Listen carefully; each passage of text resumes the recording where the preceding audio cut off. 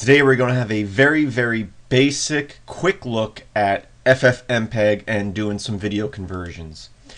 So I'm in a folder here. I'll list out my files. I've got one video file. It's an MPEG file from my Sony hard drive camera. And let's say I wanted to convert that to a AVI file. All I have to do is, if you don't already have FFmpeg installed, it definitely should be in repositories. I think every distro has it in its repositories. Just type FFmpeg once you have it installed, and then do -i. This is for your input file, and then the name of your input file, which for us is that. And then the name of your output file, and we'll call it the same thing, only we'll just say AVI. And it will take a few seconds. It's a short little clip. I probably should have played it for you first. Let's play the original clip.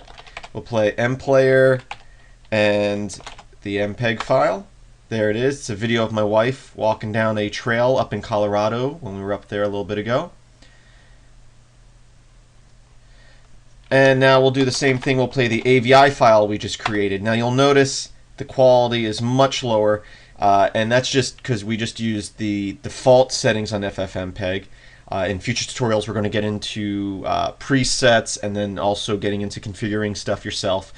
But quick, just like that, you convert it to an AVI file, but once again the quality is kind of low.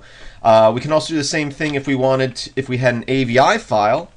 We can do FFmpeg, and we'll do -i for your input file. Don't forget the -i, because it will try to overwrite your original file. It will definitely ask you first if you don't put the -i. I'll give you an example. If you just do FFmpeg and the name of a file, and then let's say I try to convert that to an AVI, we'll name it something else since we already have an AVI named that. We'll hit enter, and it'll say, do you want to override this file? That's our original file. No, the reason it's asking that is because we forgot the -i and it doesn't know what the input file is, and it's looking at that as an output file. So definitely remember your -i there for input file. So there's our input file. If we wanted to convert the AVI file we've created to an MPEG, all we have to do is give it a name and say MPEG, and it knows we want to convert it to an MPEG because we put that at the end there. We will hit enter, and it's creating an MPEG file now from that AVI file, so we're losing quality even more now. But once again, this is the default settings for MPEG, and in future tutorials I'm going to show you how to do higher quality, like DVD quality, very simply. But we'll mplayer that, mplayer, and the name of the new MPEG file, and you can see right there it's definitely more pixelated. There's really not much audio to this file. There is an audio track though, and I can hear it in my speakers here. It's kind of low, especially, but you can hear the sound of the wind and stuff.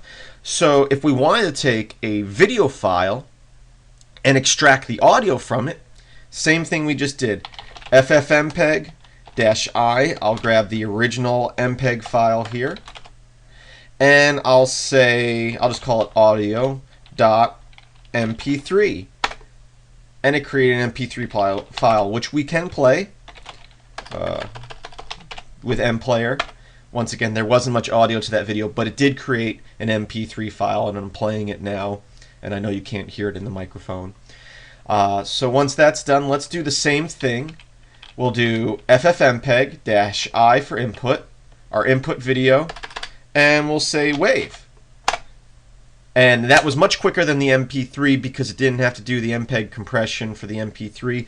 So now we can just do mplayer, audio, and the wave file, and now it's playing the wave file.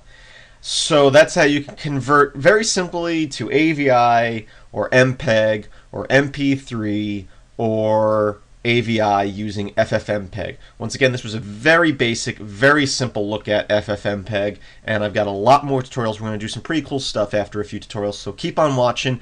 Visit filmsbychris.com, visit our forums and our IRC channel. All the links are in the description.